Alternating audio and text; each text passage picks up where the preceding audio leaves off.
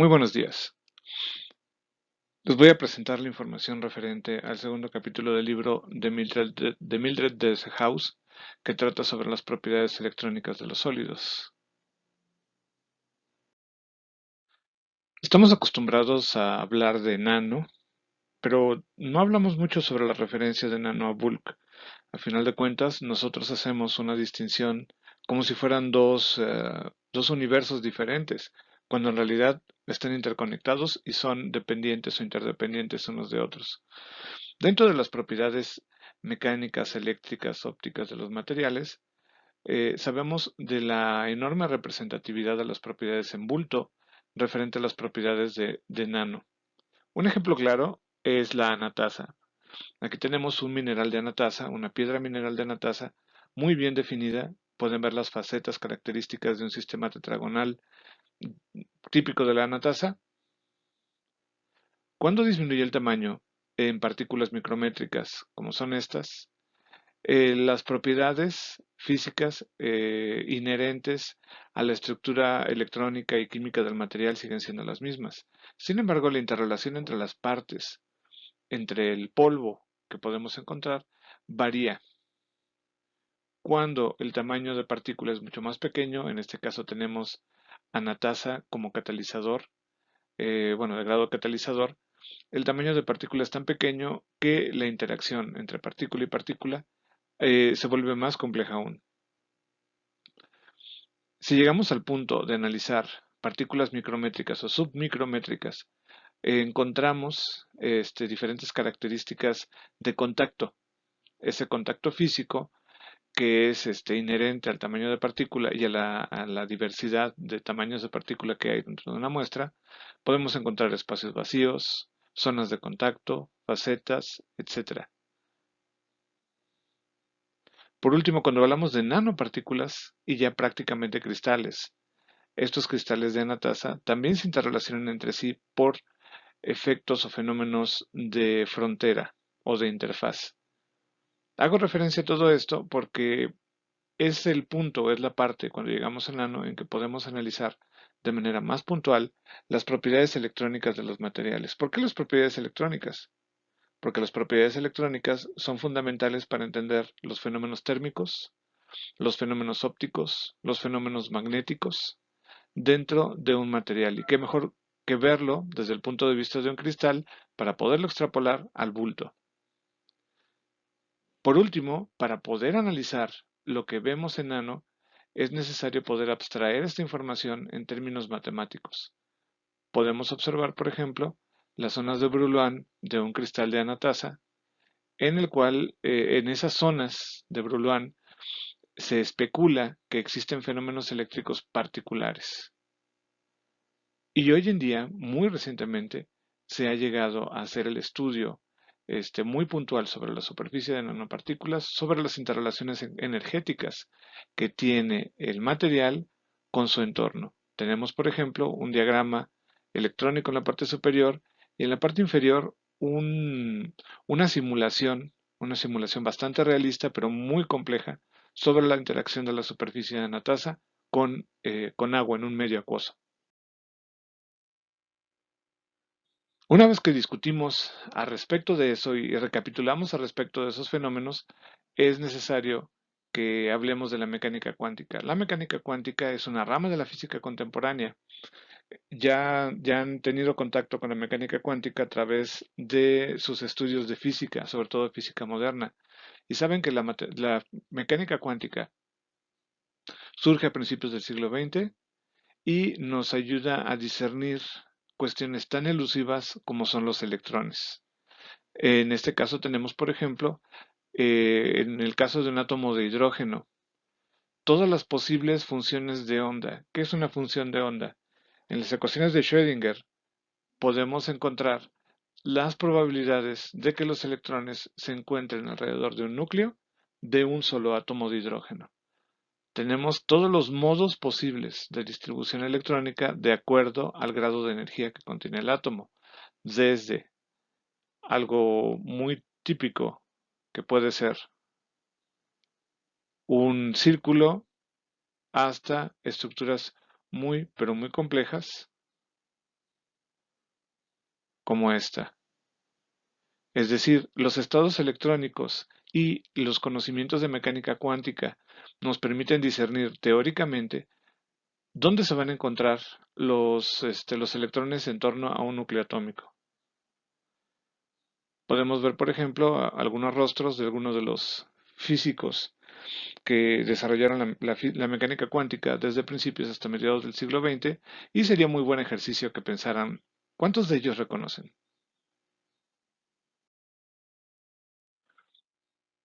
Cuando llegamos a este punto de la mecánica cuántica y cuando nos preguntamos las implicaciones que tiene el estudio de la mecánica cuántica, necesitamos comprender que existe una interrelación entre la física, las matemáticas y la ciencia computacional. Sin las tres no podemos analizar la mecánica cuántica en lo que hoy conocemos como la física computacional.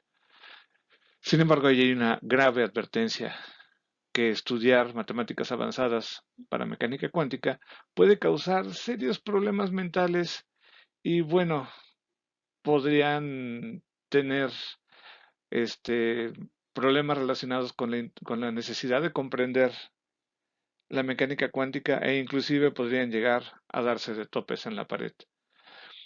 Aunque eso no es lo peor que les puede ocurrir. Lo peor que les puede ocurrir es comprenderla de hecho y llegar al momento en que puedan creer que tienen superpoderes. Digo, a los físicos les ocurre mucho.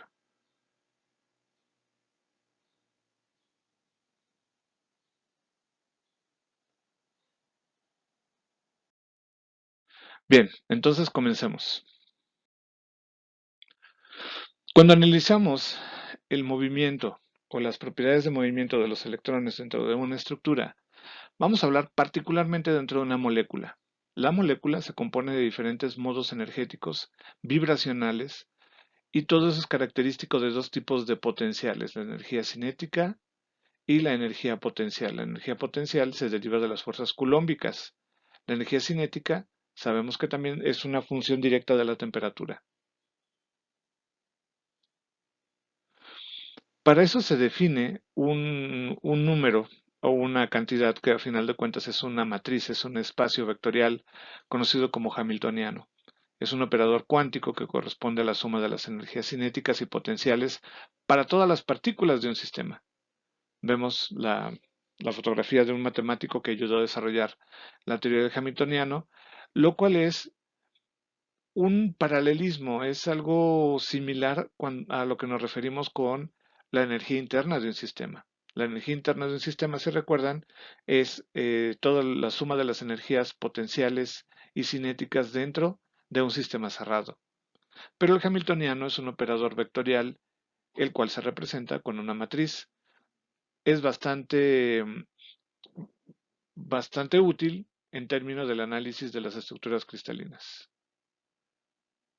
Para poder analizar el hamiltoniano en una ecuación básica de una molécula, necesitamos considerar la energía cinética de los electrones en torno a la molécula o que se mueven en la molécula. Para ello vamos a considerar la masa del electrón y un operador, en este caso los operadores laplacianos del electrón y del núcleo, que nos permiten discernir las posiciones, las posiciones relativas de los electrones dentro de la estructura molecular. Podemos ver en la imagen de la derecha cómo esta molécula tiene nubes electrónicas determinadas por los operadores laplacianos que son representativos a sí mismos de la función de onda. El segundo término del hamiltoniano es relativo a la interacción culómbica electrón-nucleón, es decir, de los electrones con el núcleo. Es una función geométrica en el espacio y que depende de la masa atómica o el número atómico también del átomo, de la carga del electrón y de las distancias relativas absolutas entre el núcleo y la nube electrónica. Podemos ver, por ejemplo, en el diagrama de Feynman cómo en este caso los electrones y el núcleo se relacionan. Nosotros sabemos que existen interrelaciones nucleares, lo que es la energía nuclear débil, que permite que el núcleo se mantenga en su posición y a la vez los electrones se mantengan en torno al núcleo. El siguiente elemento a considerar es la interacción culombica entre electrón-electrón. Eso es algo muy particular porque tiene que ver con conceptos cuánticos fundamentales. ¿Por qué? Se está considerando la carga del electrón, el hecho de que los electrones pueden presentar una atracción y una repulsión, pero sabemos que los electrones vienen en pares cuánticos, cuantizados, que tienen diferentes espines. Por tanto, puede haber una atracción electrónica entre electrones con diferentes valores de espines o con diferentes signos de espines, y estos se interrelacionan en una nube electrónica. Esta interacción culómbica caracteriza la forma de la nube electrónica en torno a un núcleo. Por otro lado, tenemos la energía cinética del núcleo, que también tiene que ver con la posición de los nucleones entre sí, pero también con la masa atómica y la constante de Planck reducida. La constante de Planck reducida, que es un término utilizado muy comúnmente en estas ecuaciones, es una interrelación de la constante de Planck convertida a un espacio no tetragonal, es decir, se utilizan coordenadas esféricas o cilíndricas. El último término es la interacción colómbica nucleón-nucleón, es decir, los protones entre sí y los neutrones, y es una relación directa entre la masa atómica, la carga del electrón, que sabemos que la carga del electrón y la del protón es exactamente la misma, lo que cambia es la masa, y la distancia que existe entre nucleón y nucleón. Todo esto nos permite representar la movilidad, el movimiento, la traslación de los electrones dentro de una estructura cristalina. Y es la primera etapa para poder comprender los fenómenos cuánticos dentro de las estructuras nanométricas. La primera aproximación para la comprensión de este sistema, digo porque un hamiltoniano es una ecuación genérica que toma en consideración interacciones tanto electrón-electrón, electrón-nucleón, nucleón-nucleón, que son de mediano o corto alcance. Es decir, se vuelve algo complicado cuando queremos analizar un conjunto de cristales o una estructura a gran escala o inclusive el bulto. Lo hace, matemáticamente hablando, muy pero muy complejo. De esa manera, es necesario desacoplar las acciones o las contribuciones electrónicas del núcleo atómico. Y de esa manera se reduce la ecuación a la energía cinética de los electrones y a las interacciones electrónicas exclusivamente, electrón-electrón y electrón-nucleón. A esto se le llama aproximación de Born-Oppenheimer u aproximación adiabática. Sin embargo, esta sigue siendo una aproximación útil. Sin embargo, no es lo suficientemente precisa. Para ello, nos referimos al problema electrónico. La aproximación Born-Oppenheimer puede facilitar la elucidación del comportamiento electrónico. Sin embargo, algunas estrategias que se han estado utilizando se pueden utilizar de manera independiente y estas aproximaciones consisten en funciones de onda de un electrón que puede ser obtenidas por la ecuación de Schrödinger. Tenemos, por ejemplo, la ecuación de Schrödinger o la función de campo del campo electrónico de Schrödinger, que también es un análogo a la energía descrita en el hamiltoniano del sistema electrónico.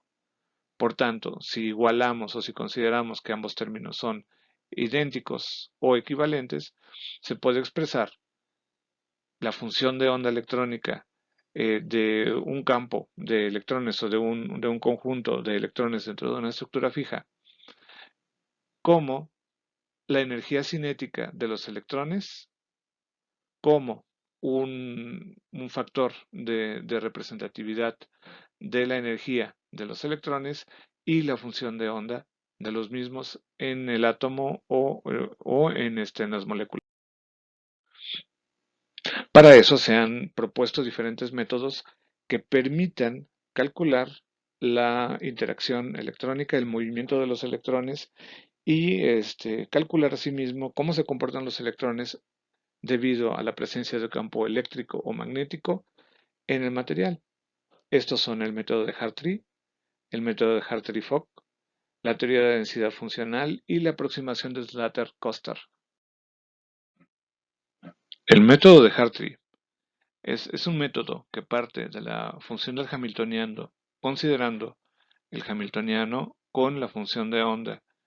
Esta ecuación de la función de onda, que depende de la posición del electrón, que es R, es una función del spin electrónico. Esta ecuación se compone de dos elementos contrapuestos entre sí, porque podemos ver diferentes signos. Esto es para equilibrar el potencial de la función de onda. El primer término, como pueden identificar, se refiere a la energía cinética del electrón. El segundo término se refiere a la función de onda de acuerdo al spin electrónico.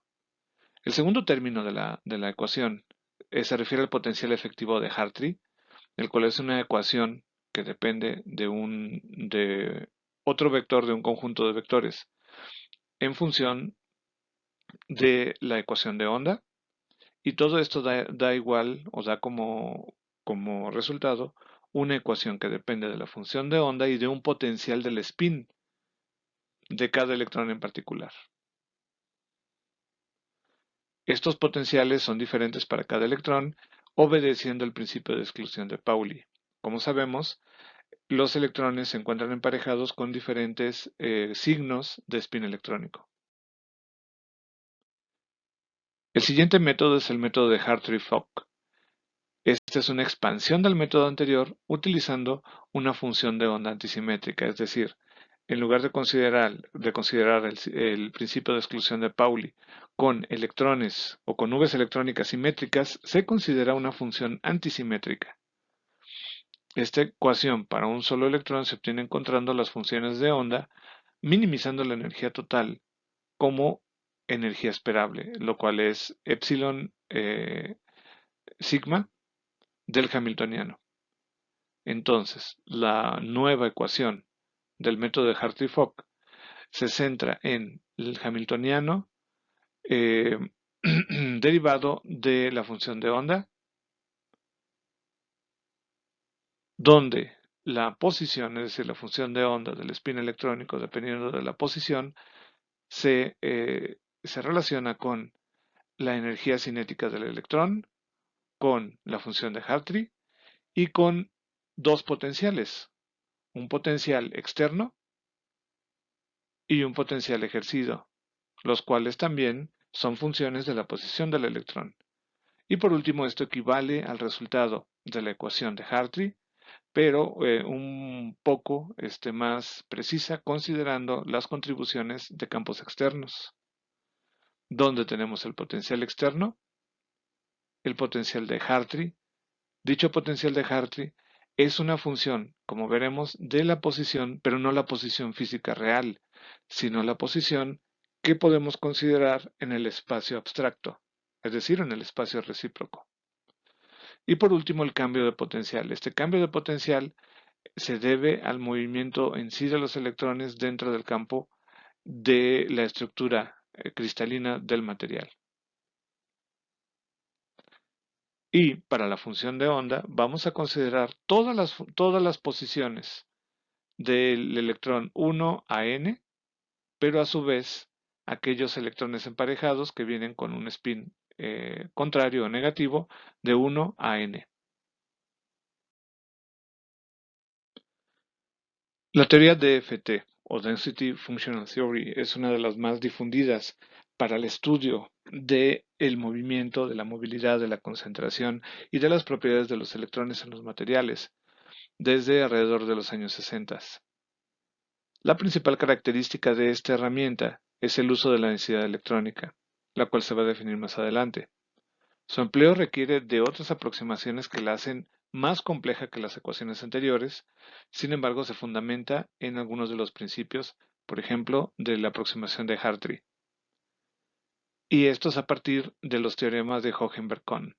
El primer teorema establece sucintamente que en un sistema con electrones que interactúan, es decir, que se pueden mover dentro de una estructura cristalina y están inversos en un potencial Vxt, este potencial solamente está determinado por la densidad electrónica basal. Esta densidad electrónica del estado basal es aquella que existe o que se encuentra dentro de la estructura cristalina cuando no hay un campo externo. El segundo teorema de Hohenberg-Kohn establece que si se hace un valor, en este caso es la energía o En, ser funcional para la energía relativa de la densidad electrónica, la cual es Nr, para un dado campo externo. Este es funcional, por tanto es funcional cuando hay un mínimo global para exactamente una densidad electrónica basal, es decir, que corresponde al estado basal del material. Cuando tenemos la ecuación básica, que es la aproximación de Hohenberg-Kohn, tenemos que Tn es la energía cinética funcional, Vxt es el potencial externo que sienten los electrones, incluyendo la contribución del núcleo, y la energía electrónica. Todos ellos cuentan para las interacciones electrones-electrones. Esta aproximación de Hohenberg-Kohn también se le llama como potencial de Hohenberg-Kohn. Para ello, podemos obtener un sistema, una función de onda, que también es un hamiltoniano característico que utiliza la función de onda de Schrödinger y vamos a tener la siguiente ecuación.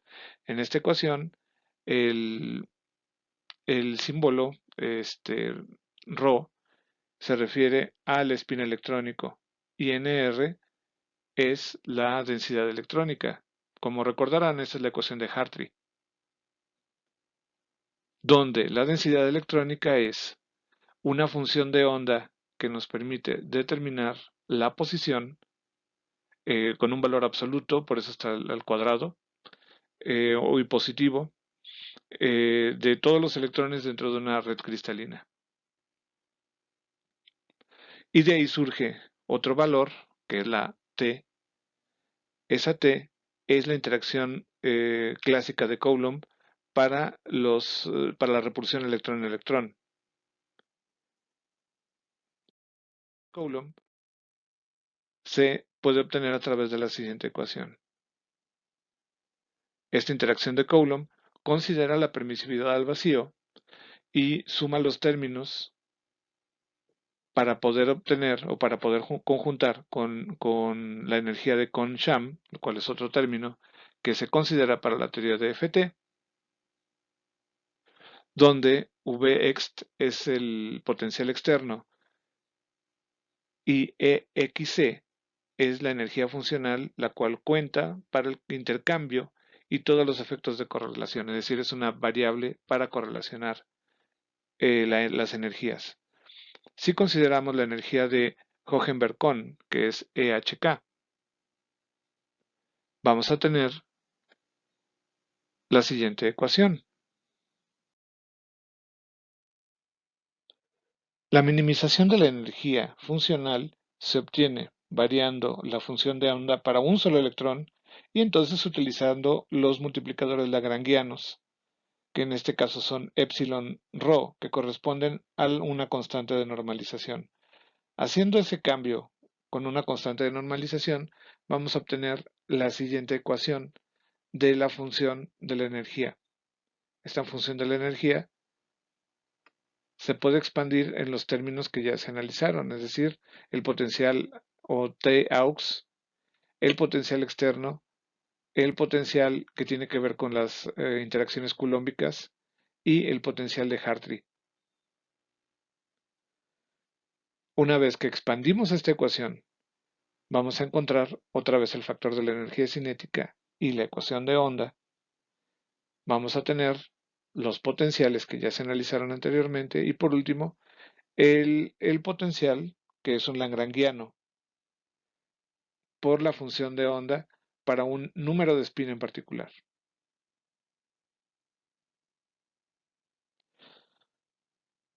Si reducimos esa ecuación considerando factores comunes, vamos a obtener otra vez la energía cinética y los potenciales como una función de campo cada una.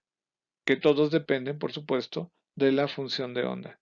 Y vamos a llegar básicamente a la misma ecuación o al mismo factor, pero este factor, que es un lagrangiano, el epsilon rho, ya es un valor mucho más complejo que considera otras contribuciones energéticas a la estructura cristalina. Y para eso vamos a tener el potencial de Hartree, el cual representa la interacción de cualquier electrón con su nube electrónica, que está dado por la siguiente ecuación, una ecuación que otra vez está definida por la densidad electrónica, por la distancia entre la posición real y la posición del campo del espacio recíproco y el potencial eléctrico al vacío.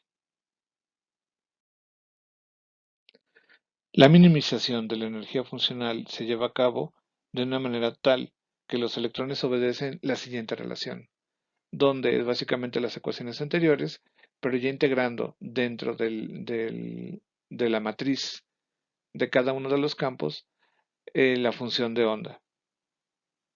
Aquí el potencial de Hartree, el cual representa la interacción de cualquier electrón con su nube electrónica, se puede calcular o se puede obtener a través de la siguiente relación, donde se mide la permisividad en el vacío por el espacio o dependiente del espacio, la densidad electrónica y la distancia del espacio de la posición real a la posición en el espacio recíproco. Una manera de considerar y de buscar calcular la densidad electrónica dentro de una estructura es a partir de la solución de la ecuación de Schrödinger. Recordemos que los electrones se comportan tanto como ondas como partículas dentro de una estructura cristalina y para ello, para poder saber cuál es el comportamiento electrónico, es fundamental resolver la ecuación de Schrödinger y para eso se utiliza una función de onda electrónica y para eso se tiene que cumplir un principio, el principio de completud, donde el comportamiento electrónico de los electrones en ambas direcciones, matemáticamente hablando, se compone de dos conjuntos abiertos, indicando que la nube electrónica no tiene un límite preciso, al menos en una de las direcciones, y por tanto, las cargas electrónicas de todos los electrones dentro de un átomo o una estructura basal neutra tiene como resultado para esos potenciales el valor de 1. Para poder analizar ese comportamiento de la onda, una alternativa es utilizar la combinación lineal de orbitales atómicos. Ese método consiste o corresponde a los estados electrónicos de átomos aislados. Para poder examinar este método, se expande las funciones de ondas electrónicas de un cristal en términos de sus orbitales básicos. En tales orbitales básicos, cada orbital básico o cada función está asociada con un átomo en la estructura. Una forma apropiada para estos orbitales es una función centrada en los sitios atómicos. Y estos sitios atómicos se pueden representar a través de la siguiente ecuación, donde la coordenada ρ se determina por estas posiciones, las cuales están centradas o están relacionadas con la posición atómica o del átomo P dentro de la estructura cristalina, relativo a la celda unitaria, donde P y R son los vectores de la estructura a través de las redes de Bravais. La teoría DFT, que considera el principio de la combinación de orbitales atómicos, considera que para cada forma de un orbital electrónico corresponde un armónico. Tenemos aquí las ecuaciones armónicas para cada uno de los orbitales. Y bueno, ¿qué significa el armónico? Para eso tenemos que regresar un poco a la teoría de que las ondas que se interponen entre sí de manera constructiva y pueden generar un frente de onda común que puede trasladarse dentro de la estructura cristalina, se encuentran en armonía, aunque pueden tener diferentes frecuencias, es decir, diferentes energías, pueden llegar a un punto máximo en alguna locación particular de la estructura cristalina, por lo cual los electrones pueden pasar la barrera electrónica que se genera por las fuerzas coulomбicas. Una vez que se tienen ecuaciones para poder describir la, las características electrónicas en torno a la estructura cristalina del material, es posible establecer los elementos de la matriz hamiltoniana. Cuando tenemos un sólido, en este caso una estructura FCC, los electrones se mueven en direcciones que no son necesariamente intuitivas. Todos estos viajan a través de la nube electrónica y tienen un movimiento aparentemente aleatorio. Una manera de definir este movimiento es considerando los ejes de simetría cristalina, donde esos ejes de cristalinidad nos van a permitir caracterizar las posibles direcciones en las que los electrones se van a mover a través de la matriz hamiltoniana. En esto se utiliza una forma de momento angular y armónicos esféricos, lo cual corresponde a la primera ecuación. También se considera la traslación simétrica que permite escribir la primera ecuación como la segunda, y de esta manera, cuando se toman en consideración las proyecciones debidas a las operaciones de simetría dentro de la estructura, se puede llegar a la ecuación, que sería la tercera ecuación, donde se consideran las posiciones posibles y las direcciones posibles en las que los electrones se mueven, donde los elementos de la matriz solo involucran los vectores de cristalinos o los vectores cristalinos con un origen común. Similarmente, la función de onda se superpone en términos dados por la forma de la nube electrónica, lo que da lugar a unos elementos que conocemos como elementos integrales de la matriz hamiltoniana. Estos elementos integrales son una función no solamente de onda, sino de forma de la estructura cristalina. Estos esquemas, que están centrados en dos posibles posiciones dentro de la matriz hamiltoniana, utilizan una base localizada y una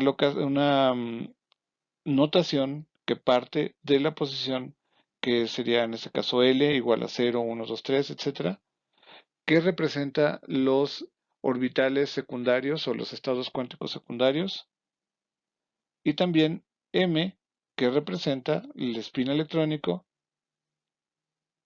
A su vez, hay que tomar en consideración los estados de momento angular, para lo cual se llega a la última ecuación. Esta ecuación es una matriz hamiltoniana, la cual considera los estados energéticos no solamente de posición y de spin electrónico, sino también del momento angular del movimiento de los electrones dentro del espacio.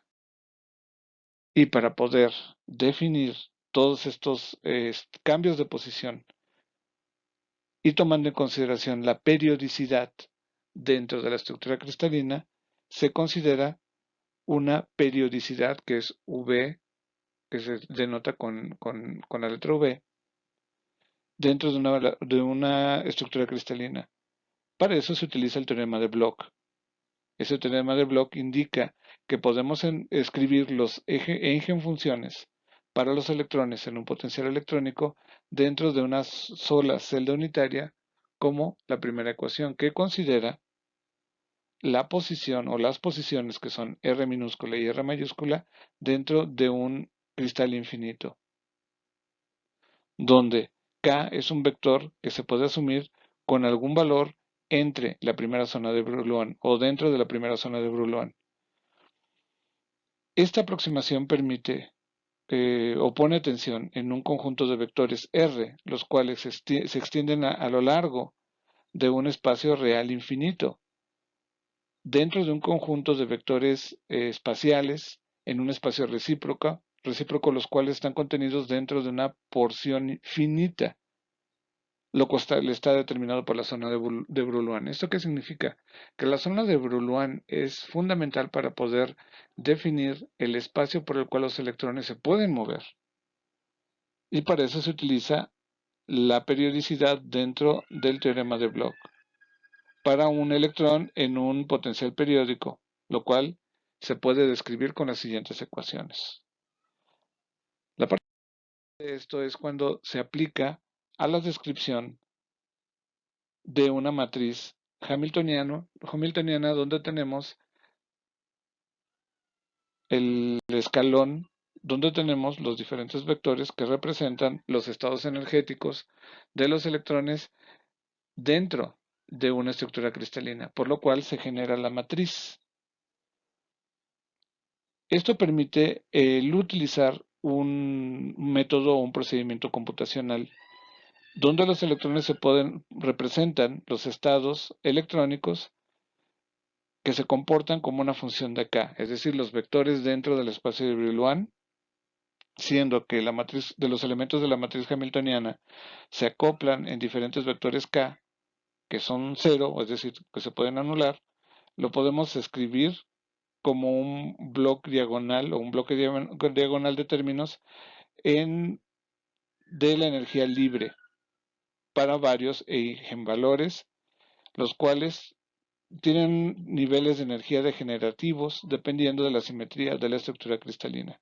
En pocas palabras, esta matriz, utilizando lo que se conoce como funciones de Bloch, permite analizar las energías dentro de pequeños bloques dentro de la matriz principal, lo cuales son hamiltonianos representativos de los estados energéticos de todos los electrones dentro de una estructura cristalina, ya no solamente dentro de una molécula. Para terminar con esta descripción del capítulo 2 del libro de Dresselhaus sobre la física del estado sólido, quiero agradecer su atención y sobre todo dar a entender que la comprensión de las ecuaciones que hemos estado o que he estado describiendo sobre este apartado es relativamente compleja y nos puede hacer pensar en lo siguiente, a todos nosotros.